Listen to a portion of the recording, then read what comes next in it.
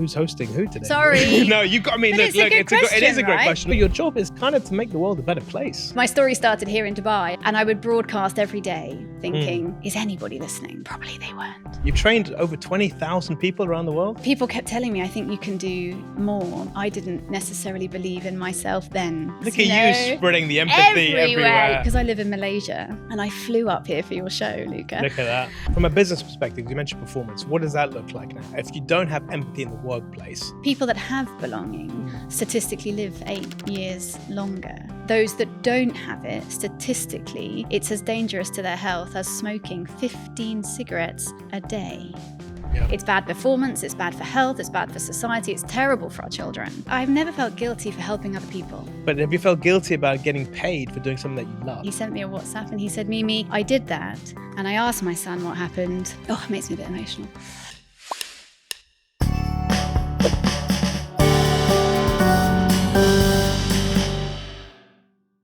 On today's episode of Luca's Inside Track, I'm joined by Mimi Nicklin. Mimi is the world's foremost expert when it comes to empathy. She's trained over 20,000 people around the world to become better at delivering empathy in the workplace and also beyond. She's also a best-selling author twice. On the show today, I'm going to talk to her about how empathy can make the world a better place and how actually it helps drive business growth. So join me in the episode. It's going to be a cracker. As human beings, we are hardwired to survive.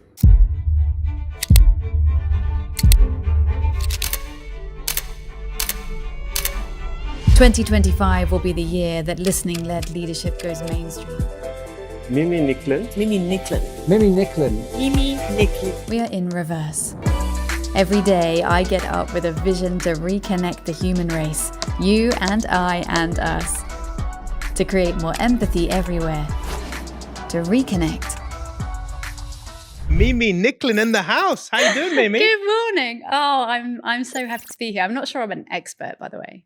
What would you call yourself? I don't know. Well, way to kill the viewers. I'm sorry, viewers. But it feels like such a big word, it is, right? It is. Like I'm the putting pressure on world's you. Expert. I'm like, my gosh, am I an expert? Maybe I am, but thanks for saying it. Yeah, look, you've written books, you've trained people. You're an expert. Okay. You're an expert. I'll accept it. By the way, it's amazing that we're also in sync color-wise. I know. It's a sign. I believe in that, Do you? Universal signs. Clearly, it's meant to be a really good conversation. 100%. There we go. There's a part of me that, because I've done a bit of my research on you, and it says empathy is all about listening. This is true. So I'm really rethinking everything about today's episode recording. Pressure? I have to listen super intently and showcase how empathetically wonderful I am. Listen, I think you've got it. I think you've got it grasped. It's Mainly very because kind. of the industries you came from. You've been listening as a job basically forever. Yeah. So listening to clients, listening to people whine and win and all that kind of stuff. The industry. Yeah, that doesn't change, by the way. People are still in the industry keep telling me the same thing. So. There you go. It's never going to change, right? It never will. But you were also in the same industry. You also came from an ad background. I did. And I was one of those really rare people, Luca, that always wanted to do it. Yeah. So I think most people in the advertising media world fell into it. When you ask people in advertising or media, what did you do? Like a million different degrees will come up. Yeah. But for me, my dad was an ad man. Did you ever watch Mad Men on Netflix? Of course I did. Don, what a legend. My dad was literally like those men. That was his life. When advertising was really cool and like glamorous. In the 60s, 70s. Yes, in London, they had these long lunches and it was, shoots for like $2 million. So I always just wanted to be like him. So from 12 years old, very nice. I wanted to be in advertising. So it was my life. Really. And you've worked in Dubai, but our paths never cross, even though we sort of belong to the same group, same company group. It's crazy. Really. It is amazing. But here we are. It brought us back in the end. There you go, man. Empathy, the world. Exactly. The world listened and the world brought you here. There it is. Look at that. There it is. Now, talk to me about your mug. There's a rather large letter on it. Tell those who can't see what's happening. There is a rather large. In fact, there's a small one and a big one. Like it's double-sided. Oh, yeah. Look at that. So shall I tell you the truth? Yes. When you asked me to bring my favorite mug, I ignored you. Sorry. A lot of people do. No. Story of my wife, by the way. Don't say that. Because my absolute favorite mug is from India, and it's actually quite unlike me, but it's very intricate, and it's got an elephant and gold leaf on it. And I just thought, because I live in Malaysia and I flew up here for your show, Luca. Look at that. I couldn't bear to put it in a suitcase because I thought, what if Emirates breaks my mug? So I brought my second favorite mug, right? So my second favorite mug has a massive and a small M on it for Mimi. And the reason I love it is because about 2 years ago, I met a young woman in Sri Lanka and she came to one of my workshops. And safe to say, she became very smitten with the work of empathy and what I was doing. She was very shy. And she asked me whether I would do a training course for her family business in Sri Lanka, which is a very traditional family business. And she had no idea how she was going to broach this with her father, but she wanted to. So it took us 2 years of sort of coaching and discussion and patience. And eventually, about 4 months ago, I did that workshop with her family. They were all there, mum, dad, brothers, everyone, true family business. Very nice. And we had this phenomenal workshop. And this mug was the gift she gave me. And so it's very sentimentally connected to me because it really represents patience maybe, but also just tenacity and lives becoming intertwined, right? Yeah. Because this young woman, I never knew. Now I know her so well. I know her mum and her dad and everybody else. So yeah, this is my second favorite mug. Very nice. And it is a representation of that relationship. Well, we're honored to steal it and put it back on the mantle. Don't tell her, okay? She'll be devastated. No, she can come as well anytime. But speaking of training, so you trained over 20,000 people around the world? I know, it's bonkers. I sometimes don't believe that. I love that word, bonkers. Bonkers. It's such an English word. Oh, it's such a great word. Explain bonkers to people in the Middle East. What does it mean? Oh, yes. Bonkers means kind of crazy. Yeah. Nuts. Yeah, like nuts, like crazy, but with a kind of, it's quite a gentle word. You know, it's not harsh. It's not harsh. It's not harsh. It's a fun word. And yeah, I even, you know, when I go to these events and they read my bio on stage and they talk about all these big numbers, which of course I put in my bio. Right? Like I wrote it. You can't blame them, man. No, like I wrote it. But I still listen to it and think, oh yeah, I did that. And it amazes me every time. So I think, yes, 20,000 is a big number, but apparently I have done it. What kind of feedback do you get from these 20,000 people? Well, or is it a case of you do the workshop, do the training, and then you never see them again? Or do you have similar stories to the lady who got you the mug? I have so many. Shall I tell you another amazing one? Tell me the one that came to your mind first. So this one happened here, and I do talk about it quite a lot, and I actually wrote about it in my new book because I don't think it will ever leave me, Luca. So I did a large conference last year in Dubai in June, and there was about 500 people in the audience from the Gulf. So it's unusually for Dubai, there were basically no expats in the room at all. This was a very Gulf very event. local. So Emiratis, Bahrainis, Omanis, Saudis, Qataris, but it was very, very Gulf driven. So I did my speech. And at the end, this Emirati man came, really beelined for me. I could see him coming. And he came to me and he said, thank you for your session. I said, well, you're welcome. And then he looked at me and he said, Mimi, I think I've made a huge mistake. And you can imagine, Luca, that was quite a big statement in the middle of a hall. And, everyone in your audience probably knows a lot about the Middle East. But for anyone who doesn't, there's quite a big cultural gap between an Emirati man and a foreign female. So it was definitely the first time that something like that had happened. So I smiled and I said, okay, sir, would you like to tell me about this? And he said, so yesterday, my son came home from school and he had bad grades. And I shouted at him. And I think I really hurt him, Mimi. So with your permission, I'm going to leave this event. And I'm going to pick him up from school today. And I'm going to take him for dinner. And I'm going to ask him why. Because I realized listening to you that I never asked him at all. So he did that. And then I guess about 24 hours later, he sent me a WhatsApp. You gave him his number? Yeah, I gave him my number and he sent me a WhatsApp and he said, Mimi, I did that. And I asked my son what happened. Oh, it makes me a bit emotional. And I think you may have changed our family forever. Wow. So that type of feedback, Luca, that type of feedback really makes this work feel worthwhile because fundamentally, I tend to teach leaders. But more and more on this journey, we're talking about life. Yeah. We're talking about family. We're talking about relationships. So for me, that type of feedback, well, I get up another day and do it again. It makes it just validates and re-energizes you, I'm guessing, to keep doing it. And look, it's very obvious how much you love what you do. I mean, your energy right now, from the minute you walked in that door, you're Oh, glowing, right? Because you thank you. found your natural wave. You're on the pathway that you should be doing. There might be a million other pathways for you, but this pathway is definitely suiting you, and it's so Yes. easy to see and to feel, by the way. So the feeling that you get from these types of people are amazing. Mm, The question then I have to you is your job fundamentally, yes, it's about, balancing humanism and capitalism and getting mm. workplaces to make more money through empathy, Yep. but also your job is kind of to make the world a better place.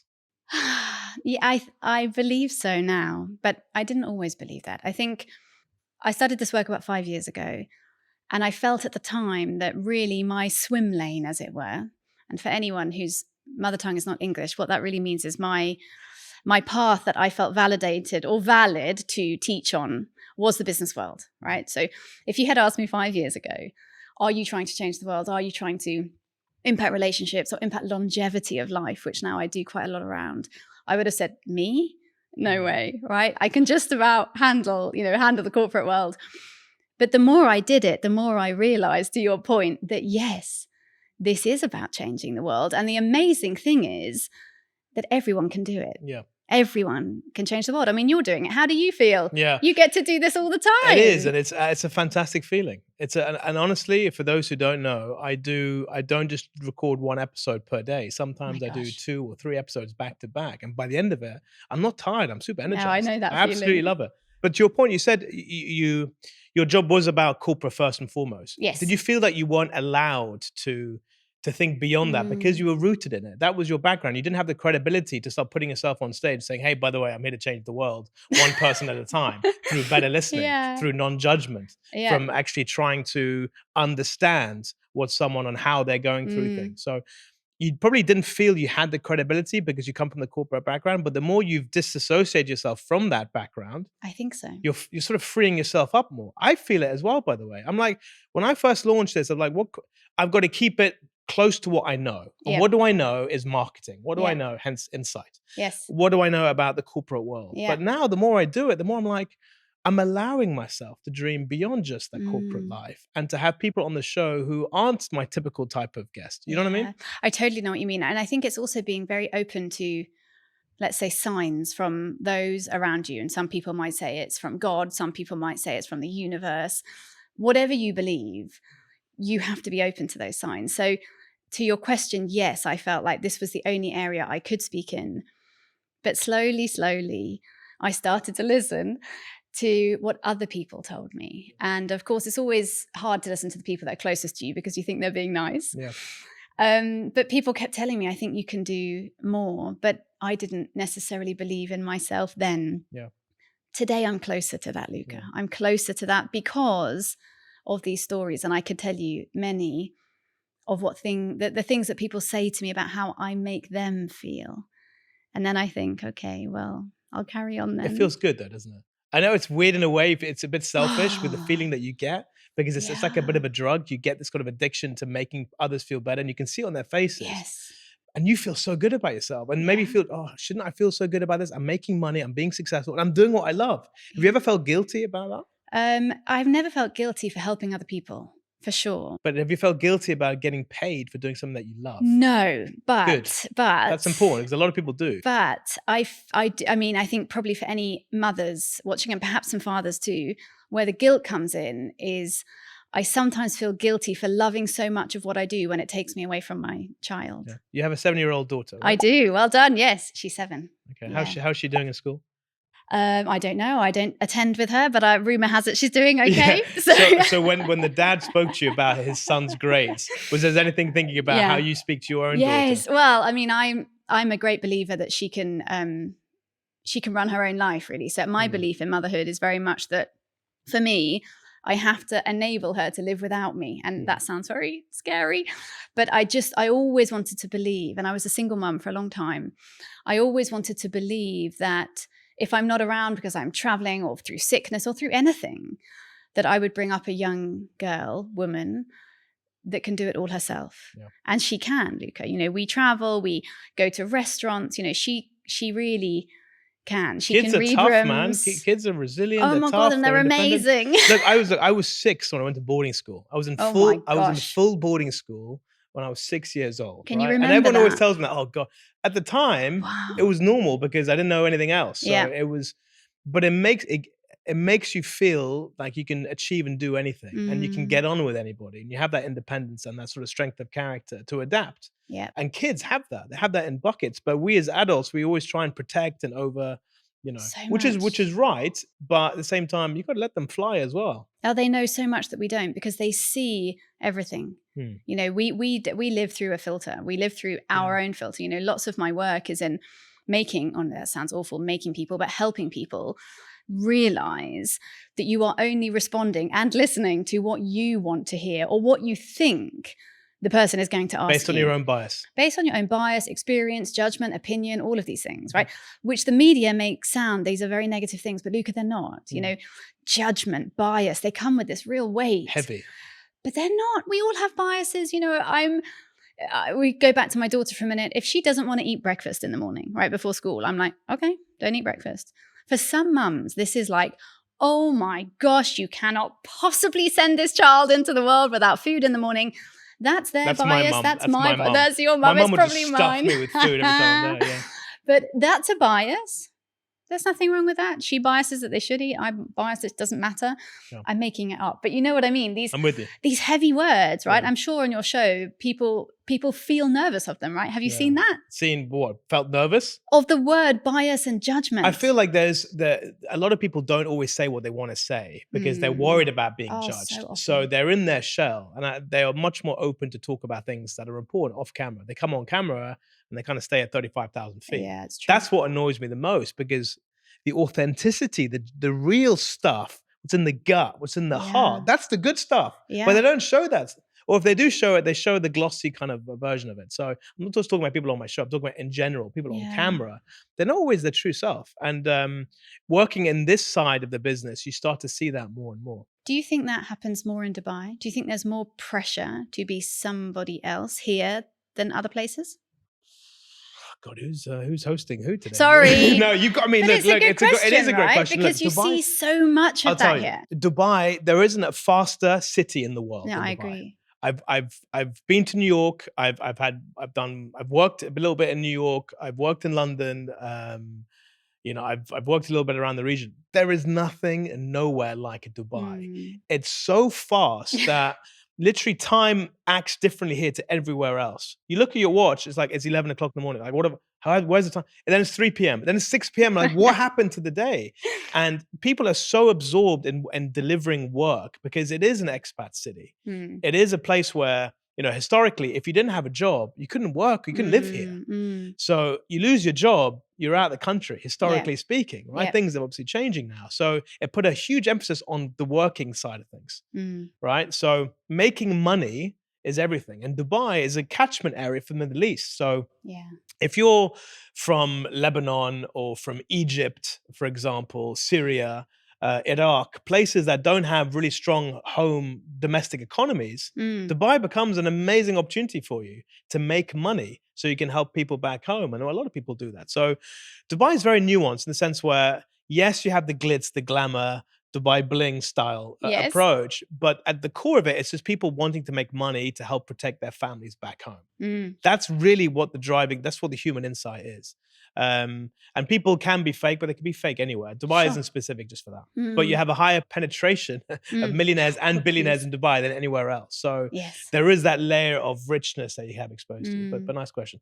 Right. Safe question, right? I'm going to ask you for your safe word. What is your safe word, Mimi? Can I choose any word, like literally any word? You can choose anything. Just don't make a pineapple up for the love of.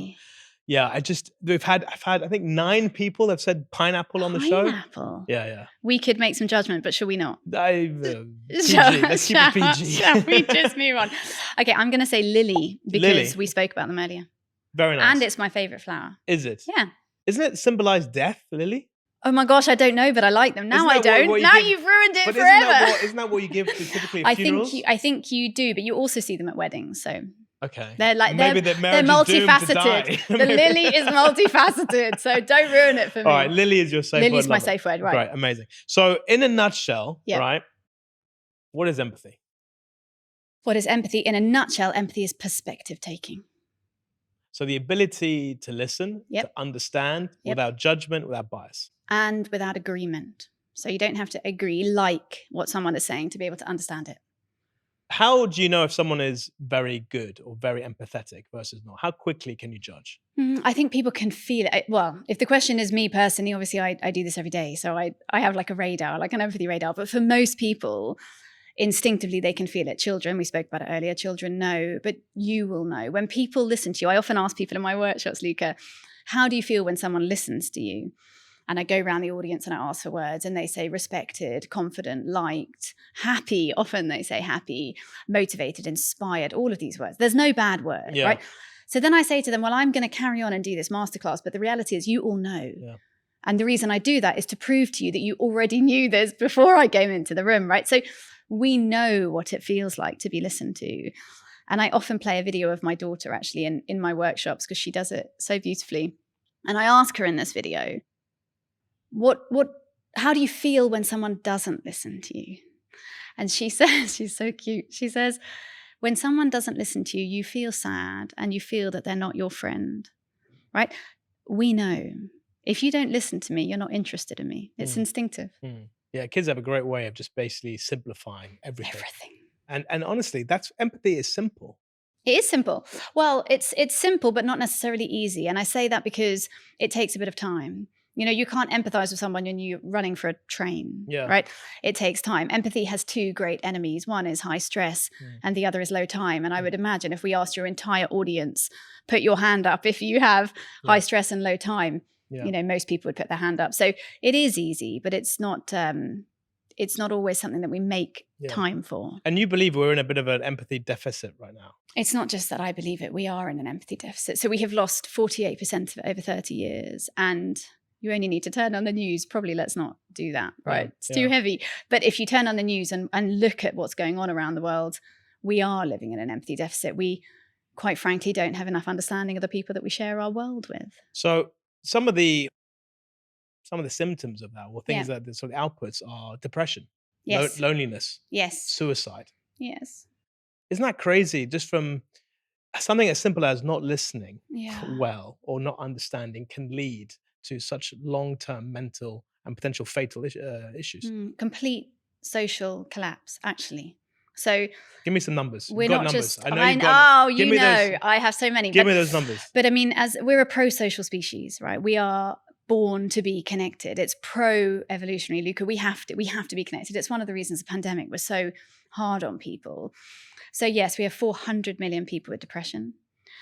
This one's really sad. 335 million people don't have a single friend.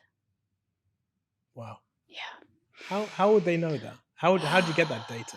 Is that from Gallup? It's from Gallup. Nearly everything I use often is from Gallup or Mercer. But yeah, so it's a very lonely world. Statistically, about 52% of us, so half the planet, are lonely. These are above 18-year-olds, right? 335 million are above 18. I actually don't know. The honest truth is whether that data includes below 18 or above, but it's a huge percentage of our world. And the important thing to understand about loneliness is it's not about being alone. You can be lonely, but not alone. Like you were talking about Dubai just now. It's very rare to be alone in Dubai. We're constantly surrounded by people in this city that never sleeps. Yeah. But you can still be deeply lonely without being physically alone. Because you don't have that connection and belonging. You know, people that have belonging statistically live 8 years longer. Those that don't have it, statistically, it's as dangerous to their health as smoking 15 cigarettes a day. So it's bad for us, right? However you look at it, it's bad performance, it's bad for health, it's bad for society, it's terrible for our children. From a business perspective, you mentioned performance. What does that look like now? If you don't have empathy in the workplace, what is the productivity loss, if you like, of disengaged employees? Do you want to know a big number? I know the number, but I want you to you knew it already. So it's 8. Just teeing it up. Yeah, you've got it on a piece of paper over there. It's $8.8 trillion annually, right? Which is $8.8 trillion of lost revenue, income from poor productivity owing to lack of empathy in the Exactly, workplace. which is equal to nearly 9% of global GDP, right? So if you want to know, can better human connection, empathy, improve our world and build our economy? The answer is yes, right? So these are huge numbers. But on a smaller level, we know, here in MENA, in fact, if we speak for an hour, Luca, today, in the 1 hour that we speak, MENA will have lost $50.1 million. Wow. In an hour. So the numbers are huge. And companies that do have it have 23% higher profit. But why? Okay, this is amazing. But why aren't companies taking this more seriously? Well, I think it's changing, which is phenomenal. I often think about when I started this, which was here, right? So my story very much, not that you asked, but I'm going to tell you anyway. Tell my me. story. I'm empathetic. There you go. I'm Listen, listening. Luca, listen. But my story started here in Dubai. And I remember at that time, it was about 2018. And I would broadcast every day to like this big black hole of social media thinking, is anybody listening? And probably they weren't. Yeah. But I carried on anyway. We've all been there. I carried on anyway. Good. Right? Today, I think they are, but that's good. That's a different story. So really, 5 years ago, really nobody was interested, I think. It just wasn't a thing. I remember when I discovered this work, I couldn't believe that nobody was talking about it. Yeah. But today that is changing. Today I get opportunities to meet people like you. It just proves the fact, like you said earlier, we could have met a million different ways in the city. We never did.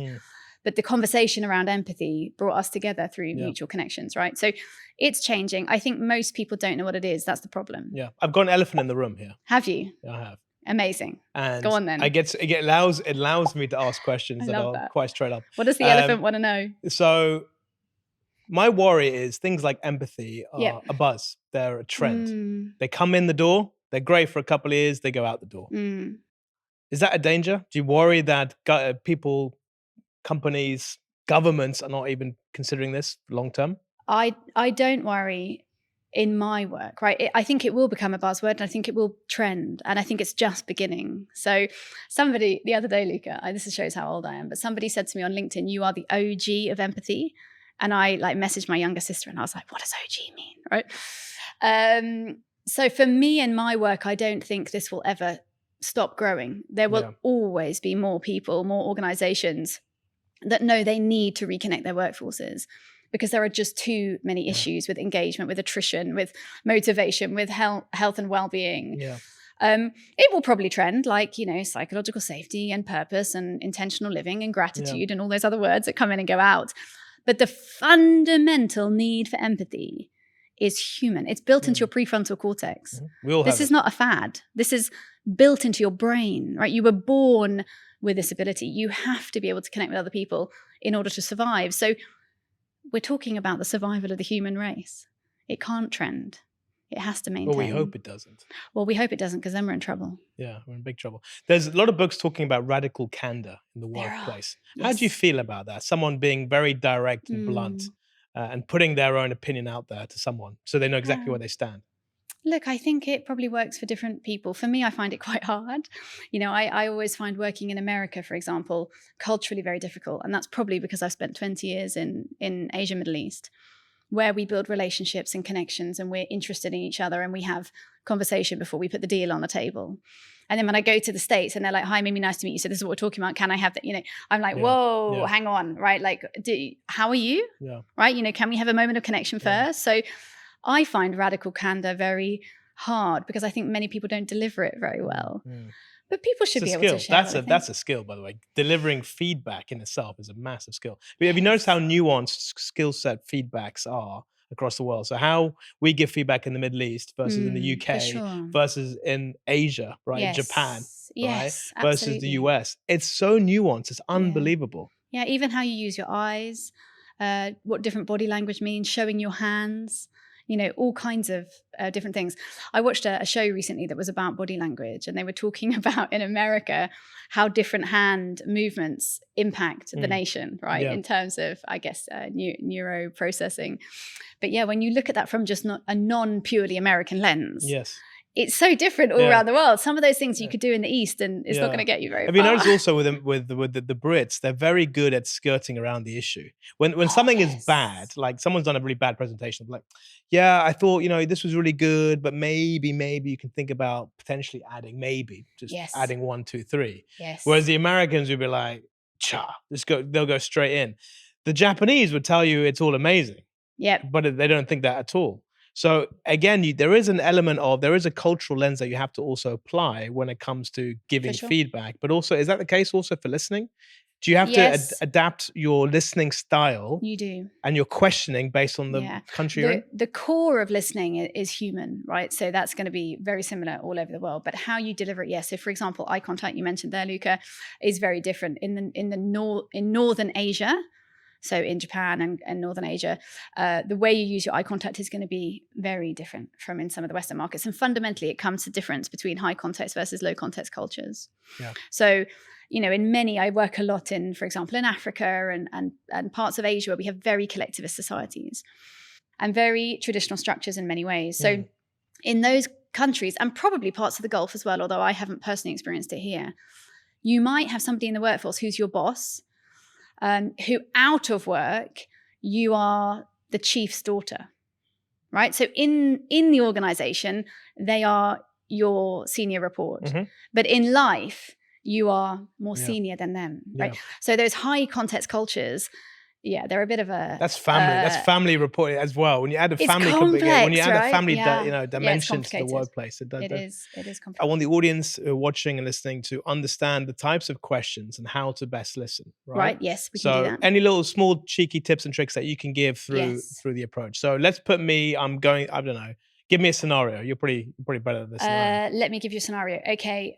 So why don't we make that scenario? Why don't we pretend that you have a team member, they're of equal level, they're in your team, they're not your boss. Okay. That never listens. Okay. In your team. And you are asking me, Mimi, how do I approach that? How do I overcome that? How do I get them to listen to me better? Yeah. Okay. Does that work? Yeah, it works. Are you ready? Yeah. Okay, awesome.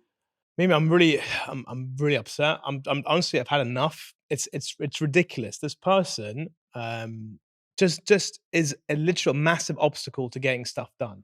Right? We're not working together. They never take my ideas on board. They don't even listen to what I'm ever trying to say, and they keep interrupting me as well. So, and they are desperate to impress the boss more than that. They're not allowing me the space to operate because I think they're a bit worried. I think they're feeling that competition. So, what do I do? How do I manage that? Luca, have you ever mentioned this to him before? I'm assuming it's a man. Yeah. Is it a man? We'll call it a man. Bob. Right. Bob. Great name. Mates. Have you ever mentioned this to Bob? Do you think let me reframe that, Luca. Is he aware, do you think, of this? I don't think he is aware of it. If he was aware of it, I don't know if it would change things as well. Look, the reason I ask that is because more often than not, people aren't aware, and that's sometimes badly intentioned and sometimes not. Have you ever tried asking him for your opportunity to speak when you're in those meetings? Do I ask him for... Yeah, have you ever said to him, for example, hey, Bob, could you give me a moment to actually share my opinion here? No, I haven't said it like that. I've just tried to interrupt him. Okay. So one of the things I often find, Luca, with people that find it very hard to listen, and Bob sounds like he might be one of these people, is that, and you said earlier that there may be, he's trying to impress, right? So he may have some self-confidence issues. You have no idea why he's on speed drive the whole time, right? But he will have his reasons because everybody does. Yeah. Often people aren't aware that they're doing that. And as you said, even if he were, would he change? No, not necessarily, but you may be able to shift that conversation. So I would recommend that you might try saying to him, Bob, could I have a few minutes to at least join this conversation and share what I think? Would you be open, Bob, to me sharing my opinion on here?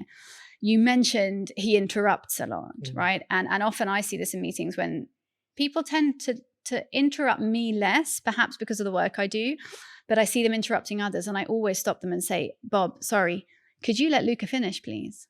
Could you just give him a moment, because actually he was sharing. So you need a referee in that situation. Yeah, a bit of a referee, but also intentionality, right? Which is another one of those trending words we spoke about earlier, but it's a really powerful word to have intention, because people often do need reminding. We tell people to listen, but we very rarely teach them to listen, and Bob might need help with that listening. So I would really encourage you to ask, to request for that. When there are difficult things in the room, when you name them, they shrink. It's hard. Yeah. It takes a bit of confidence, especially if there's seniority in the mix. So that would be the first thing that I would really encourage you to do is ask for that permission to speak and then give him feedback. So if Bob is then cutting off again, tell him, sorry, Bob, I'm sorry to stop you mid-flow. Yeah. But could I finish, please? Yeah. I'm not sure if you noticed, but you cut me off. I really want to just get to the end of my thought here. Yeah. Right. And then once people realize that, they often change their behavior. So let's take a time out away from the Bob situation. So what you were doing there was you were giving great role playing. Thank you. Giving feedback based on a working culture of how to empathize in a way with someone else for that voice to then be heard. Yes.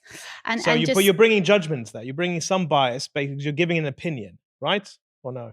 I would have to listen back to every word I said to see if I passed any judgment. I would try not to, right? Yeah. So, say maybe Bob is experiencing some of these things. There may be a reason he talks a lot, that he's not very good at being interrupted. At the end of the day, empathy's backbone is curiosity, right? Because if you want to understand somebody else, you have to use your curiosity. You have to ask questions. Yeah. And often, and this is really interesting, Luca, that in organizational conflict or organizational complexities, if we go back to the scenario for a minute, what you think the challenge is and what Bob thinks the challenge is often two different things, but you don't get to that understanding unless you ask. So sometimes in conflict, you will say to somebody, it's often in husband and wife, right? Yeah. What do you think the problem is here? When they actually tell the problem, both of them have a different idea of what that problem is. Nice. So you have to use those open-ended questions. On that note, let's do. You're basically going to take charge of the show. You've got your own podcast. You've had your own podcast before. You've done another one, so you know how to host. You're in charge now of hosting. Okay. In this bag, you've got a bunch of golf balls with questions written on them. Okay. Take one at a time, read it out loud, and let's have a chat. Right. Hey guys, it's me again. Do you get worried about giving a speech or being on a podcast or being someone that's been told to present in front of their client or even to their boss? A lot of people have anxiety when it comes to public speaking. In fact, 74% of every one of us is terrified by the idea of standing in front of other people and trying to convince them of something.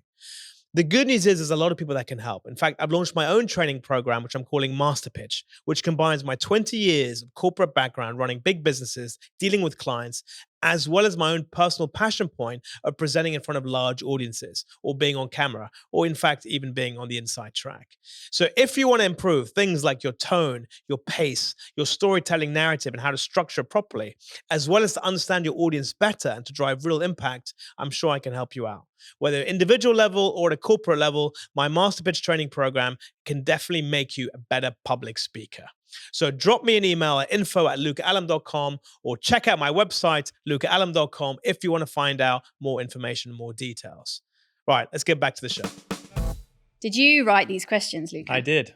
No AI used. No, not even a tiny bit of ChatGPT? Not a little bit. This is all me. And every single guest has a different question. Never ask the same question twice. Did you cut out this tiny little piece of paper and stick it on? Yep. You are the best host ever. I did that myself. Right, I did that last time. And that golf ball, I probably played golf at some point with Amazing. So I'm literally holding onto a moment of your life. Okay. What's worse, belonging to a nothing or nothing to belong to? Gosh. So you talked about loneliness before. I did. This is why it's triggered. Wow. What's worse? Belonging to a nothing or nothing to belong to. I think nothing to belong to.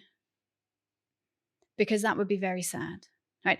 If you are living in an environment where you have nothing that you can belong to, that you have lost whatever you originally had, because we're all born with some form of belonging. So if you have no group, no family, no workplace, no society or association or religious institution to belong to, you're not going to do very well. And that's a lot of people that we kind of talked about before. There's 330 million people, yes. Who feel that level of loneliness because they don't have a friend. Yes, nothing to belong to. And the sad thing is we all have something to belong to, but we don't always know where to look for it. Or they don't feel it. They may do, but they don't recognize it. They're not aware of it. They're not self-aware. So they need someone to kind of say, actually, no, actually you do belong to this. You do belong to that. You're a part of a wider community, a group. And you have to step out into that. People often ask me about how do I make more friends or how do I overcome my loneliness? And I always say to them, the only person that can do it is you. Do we get lonelier the older we get? Not necessarily, but some people do. So especially in Western cultures where we just abandon our elderly, right? So yes, but no, I don't think necessarily. I think for many people, they completely discover themselves and they may have been very lonely in younger life, in teenage years, in their 20s. Is this the generation that me and you are in right now, where we're kind of on autopilot for quite a long time? We've been institutionalized through an educational system, et cetera, et cetera. We conform to something. We don't really have our own identity. But then the older we get, the more comfortable we get within our own skin and what we are and what we're not. And we actually become, like you're saying, more in charge of our own life, more self-aware and actually richer because of it. Maybe more self-aware, but also more self-confident. I think that's a huge part of growing older, is finding that confidence and often just being comfortable with discomfort, right? Because unfortunately for us, nothing exceptional ever comes from a comfort zone. So if you don't step out of that zone to meet new people, to belong in new places, to find new places for you to build your identity, you'll never find them, right? That's why I said it starts with you. Overcoming loneliness is not about everyone else. You can't be a victim in that reality. There are people out there that want to know you. I promise you that. But if you stay at home and watch Netflix for another 3 hours, you are not going to find them. Yeah. For those who are watching Netflix, we don't mind the Inside Track being on Netflix. It's a great platform. We love it. But yeah, your point is absolutely taken. I love Netflix. I really do. I mean, I do my learning on Netflix. I do my escapism on Netflix. It's okay. You don't need to plug it. It's okay. No, it's okay. but the problem is... We're not on Netflix yet. It's coming. We will be, though. Yeah, we will be. And when we are, we're going to take this clip and put it on Times Square billboard. Love it. But it's really important because there is no problem with escapism. We need escapism. The world is extremely tough out there. But if you wallow in that escapism, you can't then fulfill your potential, right? Because you never leave the house. What have you escaped from in your life? What have I escaped from? The first thing that came to mind, Britain. The weather. But I've been gone for a very long time. So when people ask me, where are you from? I find it quite a hard question. And nowadays I say, well, my passport is British. Yeah. You live in Kuala Lumpur right now, right? I do. I live in Kuala Lumpur. But as I said earlier, I've been in this region for 20 years and I find it extremely hard to live in the West. More or less impossible. I can visit, but I can't live there. My soul is just not from there for sure. Yeah. So I did escape that, and I will never go back. But what about your corporate life? Did you not feel like you weren't being yourself, or you weren't allowed to be yourself truly, or were you excelling in that, but you just wanted something else? I mean, not just from a physical escapism, but more from a sort of a mental or emotional escapism. Do you know what, Luca? I loved my work. I never ran away from it. I mean, is it tough? Yes, particularly I think in this region, it's a tough industry, and I had some very tough times. And I often tell the story about why I wrote my first book, and it came out of I was extremely overwhelmed. I had a very, very tough time. Having said that, I loved my work. As I said earlier, I followed my dad's footsteps into that industry. I wanted to stay forever. So I loved it. I wasn't escaping the corporate world. People ask me this all the time, actually. I don't feel like I have a trauma story that I ran away from. But certainly on the other side of that decision, I have found great joy. Nice. And that's a gift, don't you think? It's a gift, right? Because not all of us get to do that. No. But it's not easy, right? Today, someone, a few hours ago, while I was just on my way here, she said to me, "Oh, Mimi, you are so lucky," on her message. And I said, you know what, I thank you and I feel it. However. Yeah, there's a negative association coming. Well, however, I do believe that we create our own luck. Back to the example of staying at home and not putting yourself out your comfort zone. I love what I do. I mean, I really love it. It absolutely shows. But it's really hard, right? Yeah. It's really hard to leave my daughter all the time. It's really hard to turn up in all of these countries entirely alone in the middle of the night, and to try and unlock my banking app when I'm in some crazy town in India, right? So it's really hard. And I think that social media makes it look easy. Yeah. Right, that you just turn up and end up on sets like this. And it glorifies everything. It's fine to do your hair and have a nice pink dress and a great mug from somebody in Sri Lanka, right? You create that. It doesn't just appear in your world. And I think tenacity, people talk about resilience, but that's also trending, right? But tenacity for me is a better word. That tenacity to keep going in that joy is something.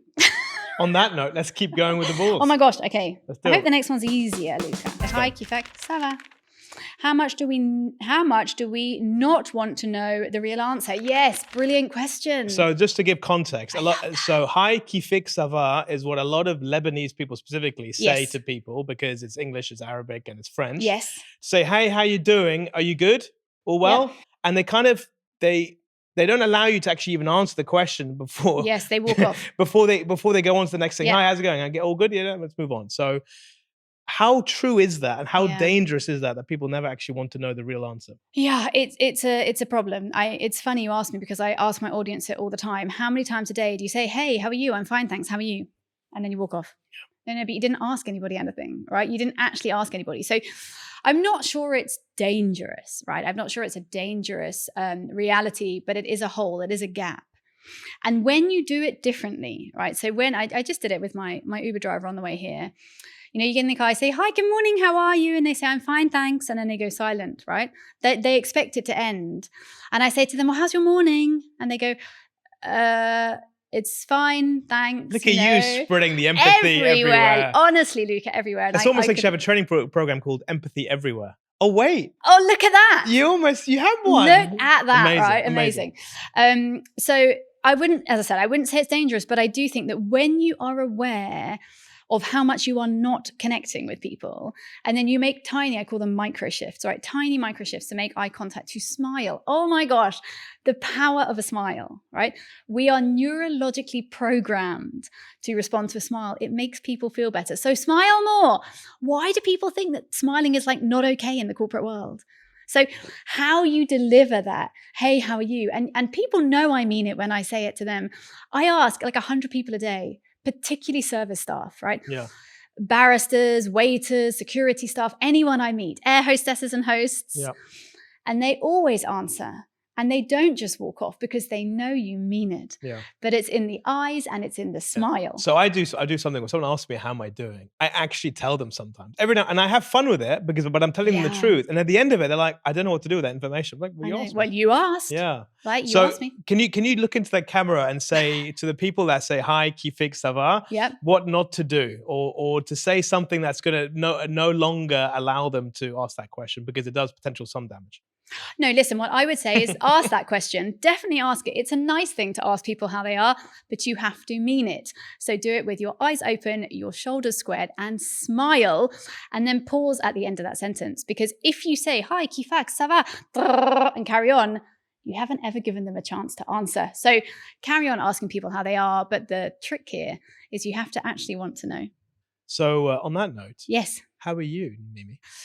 How am I? Well, I am very busy running around the world. I'm missing my daughter because she's not here, but I am really enjoying my work. You know, I really feel, Luca, that something changed in my world in the last 4 months. It's intangible. I don't know what it is, but it has changed, and people are very kind to me, and I feel very grateful for that. You know, I think there's always going to be people that hate what you do. I'm sure there's many, right, who say, why is she talking about empathy again? But on the whole, you know, the amazing thing in this region particularly is the more I do, the more people invite me to meet their parents. Okay. How amazing is that? Okay. I don't often get to do it, but people so often say, can I take you home to meet my Maybe mum they've and got dad? issues and you want you to fix the issues the mum and dad. Potentially, but I'm not a coach, so I never would. But I'm very well. I'm very well in this journey. It's nerve-wracking. As I said earlier, it's stressful. You know? Give me a percentage of people that actually answer the truth when they get asked, how are you? I don't know, but I would guess 1%. What about you, Luca? How are you? I'm a bit tired physically. I had a late night last night. Were you covering golf balls? I was, but I did that earlier. But I was preparing for today. I have a long day of recording today. But so physically tired, but inside my mind, I'm hopeful that I can do you justice and all of my guests justice today to bring the very best out of them. So in the back of my mind, I always have this kind of hope that I can deliver a great piece of content. So that's how I'm feeling. Right, let's move on to next ball because we've got a lot to get through, Mimi. Oh my gosh. We've got 6 more crackers. Oh my gosh. Okay. Misconception or truth? Women are better listeners than men. Boom. Misconception or truth? No, it's Misconception. From a data I don't point believe of it. view. No, I will tell you. So from a DNA and a sort of a data, what do I want? The word I want, a physiological data point of view, we are exactly the same. And they have studied it. Yeah. And there is no proof that in our DNA and our brains, we are any better at listening than men. However, there is generational proof that we are better practiced at listening than men. So the last 3 words actually of my first book are practice creates permanence. Mm-hmm. So Very nice. never, ever aim for perfection because you'll never get there. And the distance between expectation and reality is disappointment.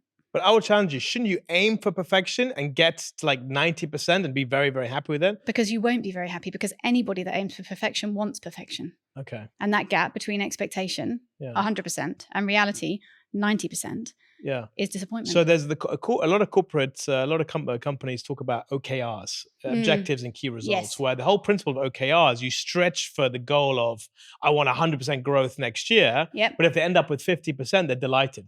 But if they don't set the target of 100% growth and they only aim for 50, they get 20. So their belief is to basically overstretch yourself or over aim and end up with a higher norm than you would have got if you hadn't But overstretched. that's probably because those leaders are A-type personalities who strive on that. The reality is most people don't. Okay, But back to your question, do women listen better than men? No, but we do have better practice, and that is generational. So when you look back from an evolutionary point of view, when we were hunter-gatherers, and then for all the generations that came after that, the men left the home to hunt and gather or to work to earn money to feed the family. The women were left in the communities with the grandmas, the aunties, the children. We had to listen. We had to listen to create cohesion in society, to feed them and clean and home and educate, to do all the things we did for our society. So there is data that shows that generationally, we have generational wisdom, which makes us better listeners. But what I will say is many of the thinkers in this space around listening, around empathy, people like Satya Nadella, actually, he's the CEO of Microsoft, are men. So most of the work coming out of the space is coming from men. So you have no excuse. That's it. You are not off the hook. That's it. I'm sorry. I've ruined it. Next question. Next one. Moving on. Yeah, on that note. Easy to find loneliness, even easier to hide it. Oh, that's sad. How true is that? I think it's so true. If we're talking about men and women, even more so in men. I think men in my audiences, they find it so hard to say that I'm really lonely. The older they get, the easier that is. And I think it's because they leave the corporate world and they feel more empowered and less pressure to be able to share that reality. Is there a cultural angle as well? Proud Arab men? Sure. The Arab man usually is not... proud Indian men, proud Sri Lankan, I mean, everywhere. Proud men. There we go. But so yes, it is true. I think many people hide it, but I also think that many people don't know the suffering with it. I think often when I ask my audiences about loneliness, I can see them like go tick, tick, tick, tick. And they're like, oh, I feel like that. Maybe I'm lonely, Mimi. I say, well, maybe you are. So how do you know if you're lonely? Is it a feeling? Can you be objective about it? I think you probably can be objective about it, but that's probably quite a high performing skill set. So I think it's probably a feeling for most people. It's the feeling that I don't belong or that I don't have anyone that is like me or gets me. You know, when people say nobody gets me, and you hear this in teenagers a lot, nobody understands. That's loneliness. That feeling that you are alone in how you see or feel or want to live in the world. And there are so many, Luca. So how do we get people to feel that they don't have to hide it any longer? I think we have to keep having this conversation. It's the same with any form of mental health, particularly in this region and South Asia, where these are still very taboo for many people to admit this, right? I must be strong. I must be a leader. I must stand up. The admission of that holds great power, but we have to have many more conversations until that becomes remotely normal. Do companies' reliance on HR help or hinder wider empathy adoption? What do you mean by... Yeah, so companies normally, when they have an HR director, HR team, they're like, the HR team will, I said the word halas. HR team will take care of it. They'll manage it. They'll make sure that there is empathy in the workplace, or people are treating each other well. People are listening to each other well. People are giving feedback in the proper ways. Yes. Outsourcing to HR, is that literally helping the company or is that hindering the company? I don't think you can outsource to an in-source team, right? So you can't outsource anything to HR. But you know what I mean? It's It's a function rather than as a culture. Yes. No, it's probably, the answer is probably a total cop-out, but it's probably both. Is it helping? Yes, because at least somebody's leading it. Like, someone has to lead this conversation. I say to my clients, what you measure will manifest. Yeah. If you do not put empathy, active listening, these types of skill sets into your KPIs, into your culture, into your expectations of those teams, they won't happen because we're humans and we're busy, right? Yeah. So you have to manifest it. So we need to rely on HR to lead this, to create shifts, to create culture, all of these types of things. But if you only rely on HR, then you're going to fail. Because if you are the CEO and you don't role model this, then it is complete waste of their time. So I would argue it hinders. Honestly, It can. I would say it hinders more than it helps. For the simple reason, you kind of say it's someone else's job. Someone else will lead that. Someone else will do that. Yes. Someone else will enforce it. When actually empathy has to be indoctrinated with everybody in the company. It's everybody's job. Yeah. It is, but I do believe it's both. You won't succeed without. I mean, it can be HR, it can be any They can team. drive it. They can drive it. They can drive it and systemize it, and it does need a system because somebody has to book the training programs, and somebody has to create the learnings on the LMS, and somebody has to help. You know, some of the businesses I work with are 570,000 people. Right, the CEO can't impact them, not all of them, not equally, right? So you have to have HR, and they do a phenomenal job, but they are exhausted, Luca. I think HR is probably the function out there that is the most burnt out, the most tired. And actually, I know another statistic because I used it this weekend. 45% of HR leaders, this is really depressing, do not trust their CEO. All right, so that's nearly half of all HR leaders don't even trust what they're saying, right? So yeah, it's everybody's role, and you can't outsource it to your in-sourced team. Love it. Next golf ball, right? Hey, it's your show. I'm ready. It's totally, if it was my show. It's your show. Can we call it the Mimi and Luca show? I'm just listening. There we go. You've got it. Right, the next golf ball from Emirates Golf Club, I might add, is misconception or truth. Men need their caveman time. In my head, I read that as man cave, but caveman. Is it a misconception or truth? It is man cave, but as a caveman. You just did that to make it difficult for me to read. It should be man cave. It should be man cave. Okay, but either way, it's got a smiley. Can you see that? I put a little smiley face on it. Because I usually put one question that's a little bit lighthearted. Okay, so what do you think? Man cave time is fundamental. Of course. Why? Tell me. Honestly, it's in your top 5 things for a man to do every day. Well, then answer your own question, Luca. Tell me. No, but you're a woman. You're an empathy expert. No. Yes, so, I will answer it after you. I want to know why. Why is it so integral? There we go. You told me I was allowed to ask you questions, right? The listener has to listen over here. Okay, so why do men need their man cave time? Because they can only absorb a certain amount of information. Right. At one, and sensory overload when they come from work is probably at its highest. Yeah. And they got to a point where they just need to decompress. Okay. And have some alone time to reflect on what's just happened before they can process, before they can move on to the next task, which is pretty much looking after the family. Yep. Or being part of the family dynamic, whatever you want to say it. So yes, I think man cave time or caveman time, whatever you want to call it, is fundamental. Because without it, I don't think men will get a chance to ever have any time for themselves because the expectations on men are massive. Walking on a fine line, my friend. Oh God. I retract everything. Retract all of it.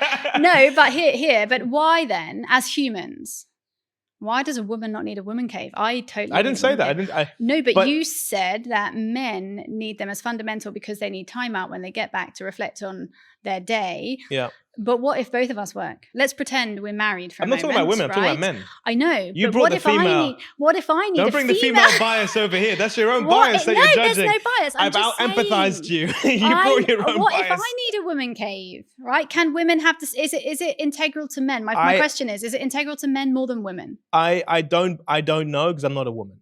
This is true. I can't judge that. So the question was about, because we talk about in society about caveman, man cave time, right? Yeah. Man needs his cave. Man needs a cave, however you look at it. So we talk less about a female needing a cave. Whatever, if that's right or wrong, in terms of, pop culture, society, it's talked about much less. Yeah. So that's where the question comes from. Do women need a cave as much as the men do? I don't know. I can't answer that. I can't answer that. Can I have a palace instead of a cave? But all I can tell you is this: for every man who comes home from work, the last thing they want is more sensory input. They just need a timeout, 5 minute, 10 minute, half hour. I read a stat the other day about how much time men spend in the toilet when they come home. Have you heard about It this? sounds disgusting. Not in that way, but it's the only sort of refuge that they have. So They hide. the cave has become the modern day it's the toilet, right? So I think it's fundamental for all men.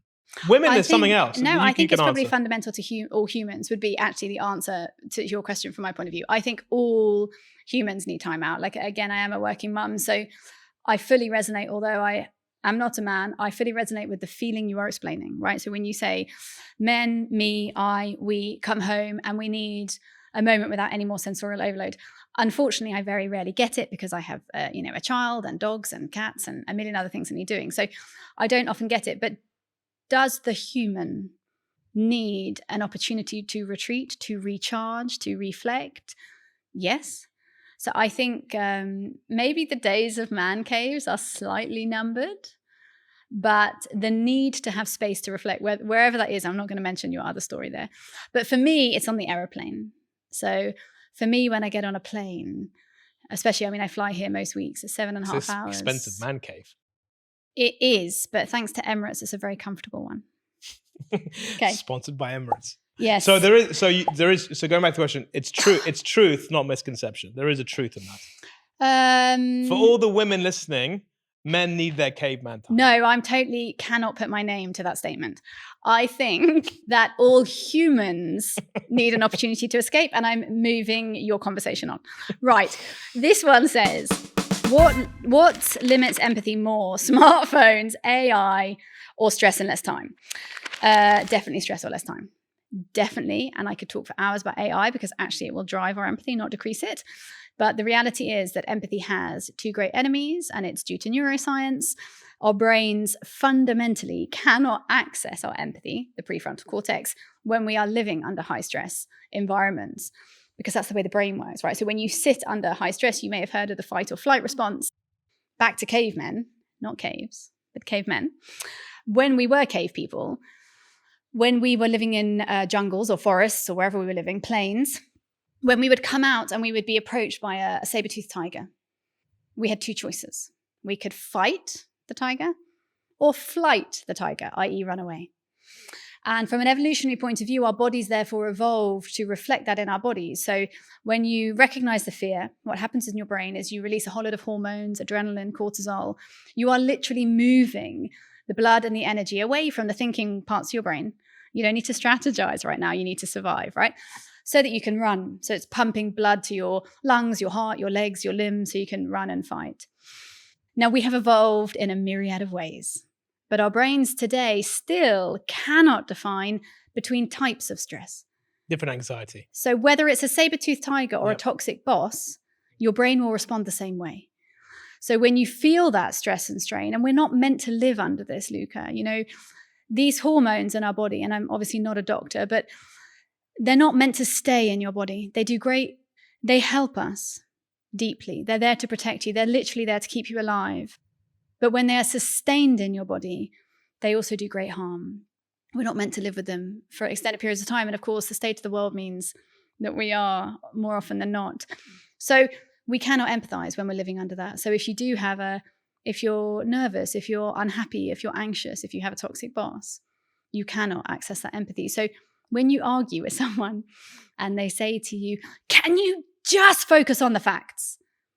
No, they can't, because that part of the brain is quite literally not working right now. Switched off. So so the greatest negative impact on our empathy is that high stress and low time. So if I'm looking at my phone and I'm talking to you, how empathetic can I be if I'm disengaged? Yeah, no, it's very hard. And actually there is data out there that shows that even the presence of a phone reduces the quality of our connectivity.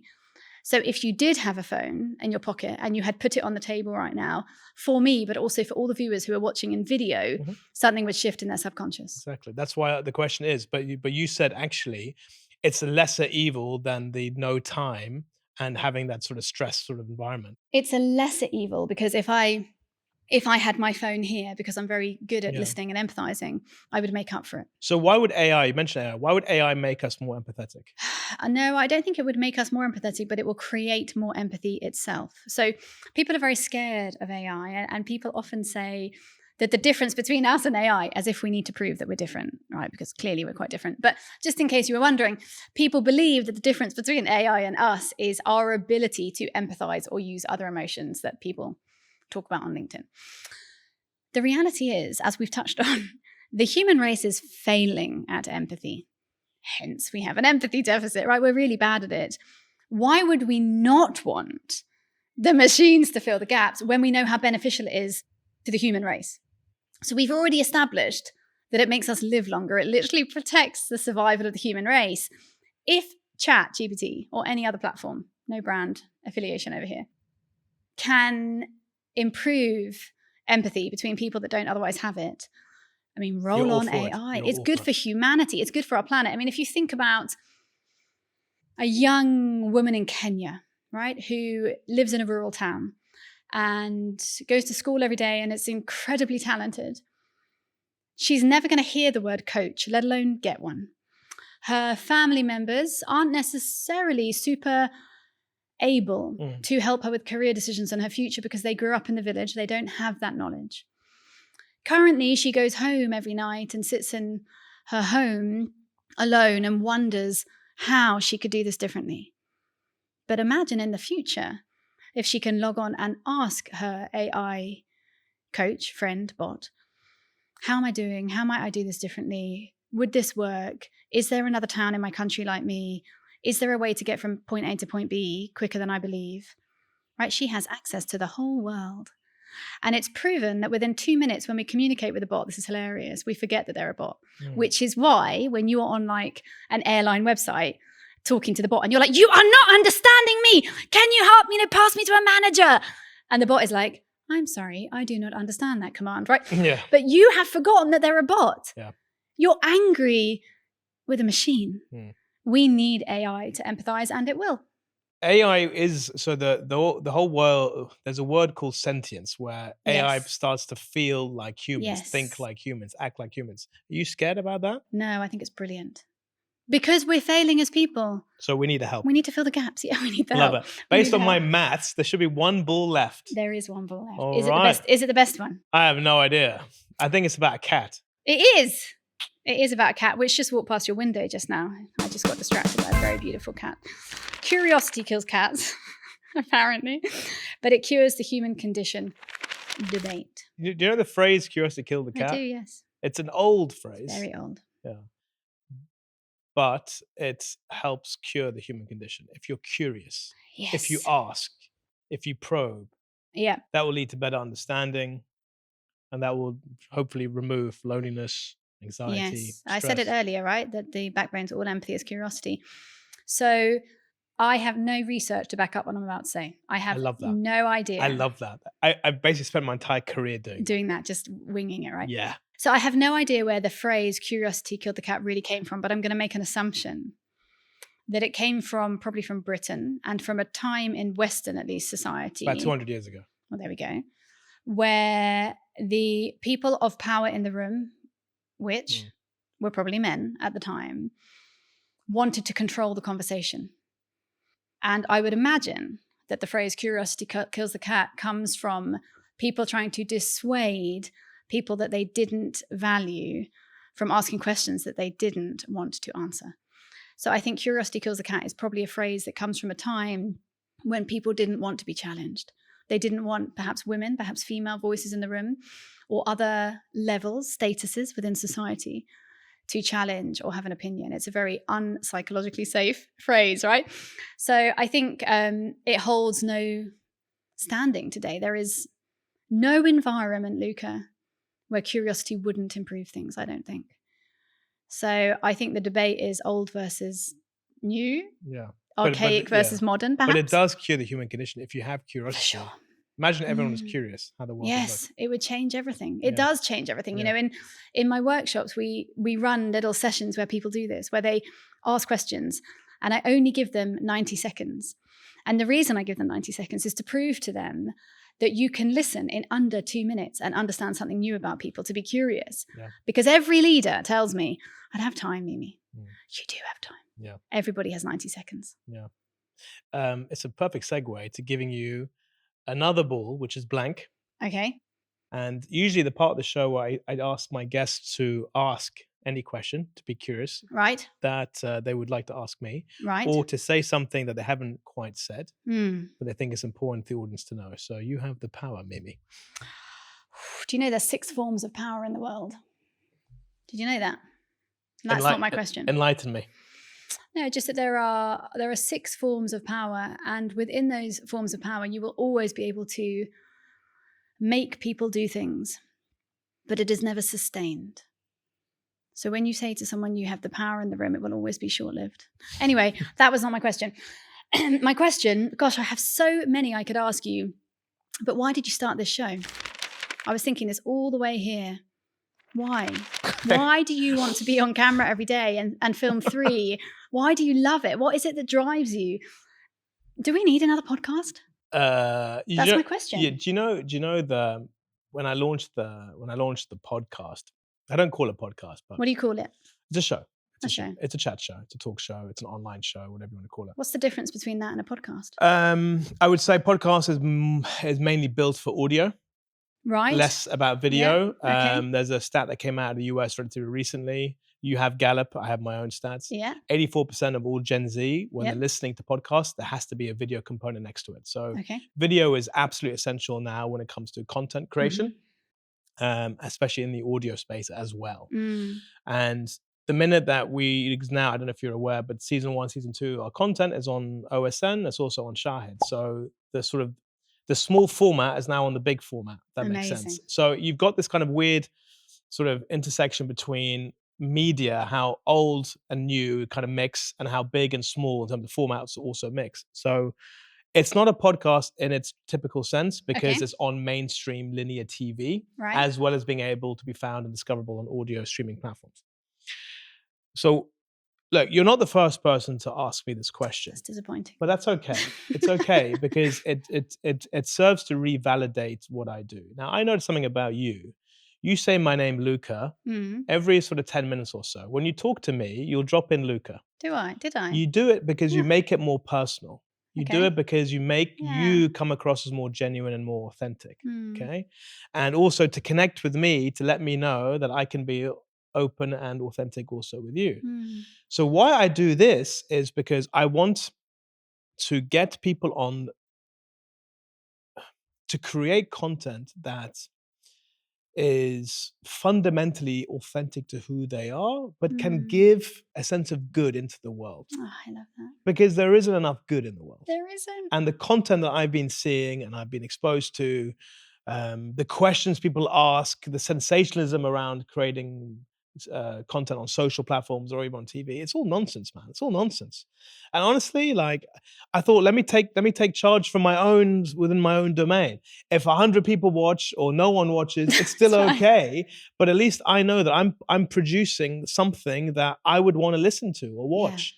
And I can't be the only one. So producing quality content is fundamental why I did this. There's a Mm. selfish reason. It's because I love it. Yeah. I absolutely love getting to know people. In this line of work, I call it work, Yeah. I've met unbelievable personalities, which I would never have met beforehand. So I would like to consider that I can now call you a friend in the future, Yeah. right? So I now understand more about empathy than I did. When I get to research my guests, I go through pages of stuff, right? And I'm learning all the time. So there's a development, a self-development that I also take into consideration when I create the show. I'm getting better as a person because I'm getting more rounded. I'm getting more informed. I'm getting more access to insights. And that's Mm. what the whole thing is about. So giving the world quality content, doing something I genuinely love, and learning stuff in the process, it's kind of wrapped around the big why. But there's one other why which I do what I do, and that's because there's a legacy factor. Okay. I want to stand for something. I've seen in corporate when you rise in the corporate ladder, you play things relatively safe. Mm, you Generally have to. speaking, right? You have to say the right things. You've got to align yourself with the right stakeholders. You've got to watch what you say and what you do. Mm. And you're kind of living within a shell, man, Yeah. right? Yeah. This is me coming out of my Real. shell, but I'm doing it I'm uncomfortable, to your point earlier about being uncomfortable. I'm feeling alive because I'm coming out of my shell and saying stuff and doing stuff I would never have normally done. So it's a great feeling. It is a great feeling. When people ask you, you told me I had power. I'm taking it all. When Steady. people, yeah, now you don't have a secret safe word, right? But when people ask you at a party, what do you do? What do you say? Yeah, I struggle with that. It's a hard one, Because right? I It's used to hard, say, it's- I'm a CEO of a multinational Yes. media agency. I work in advertising, I work in media. Yes. If I then say, and honestly, I've struggled with this because everyone is, especially in Dubai, it's a title-led No, industry. that's why I'm asking. And I've learned this. A lot of people, if people leave their corporate, they don't have a title. Who are they? What do they stand for? What are they about? And a lot of people lose your credibility when you lose your title. And Like, your that shouldn't happen. identity. Yeah, your right? identity. That should never happen. You shouldn't have to feel that you have to stay in a job and have a title to know who you are as a person. It's fundamentally wrong. So when people ask me, I used to struggle a lot. I used to say, I'm doing my own thing. I was a bit kind of vague. I'm an entrepreneur. I've got my own show, but I also do a couple of other things. Now I'm kind of getting my head around the sense of be proud of what you're doing. So if someone asks me what I'm doing now, I'll tell them I'm a host, I'm a podcaster, and I'm loving my life. Do your kids know that? Do they know what Daddy They does? haven't got a clue what I do. Oh, I love that. But every now and again, they see the setup in the living room, Yeah. and they come and they want to film. And even my eldest son Matthew, he copies my intro of season 1 and season 2. Sweet. He's super cute. So they don't know. But what the nice thing also, all the content I'm creating in years to come, whether people are slagging me off or not, or they love the content, at least my kids will know what their dad was like. What was he like on camera? What was he like meeting people? What did he believe in? What did he think? So there's also a posterity angle to it as well. It's amazing when you see yourself through your kids' eyes, right? Yeah. Because they see us as heroes, actually, and they see it so differently. The other day, my daughter, I swear my daughter's school plans every event around my flight schedule, i.e. when I'm on a plane, that's when they put the event on. So the other day, someone else told me that at this event, the teacher said to my daughter, who is 7, where's mummy? She said, she's a celebrity, so she's teaching people to be kind. Yeah. And this teacher was like, beautiful. Okay, I mean, I'm definitely not a celebrity, but in her eyes. And so then her stepdad said to her, Mummy's not a celebrity. And Umi says, she is because she's on YouTube. And you start to realize what they understand, how this generation will define who we are in the future. That feeling you spoke about there, Luca, saying, and I used to fumble around a bit and I didn't really know who I was without my title.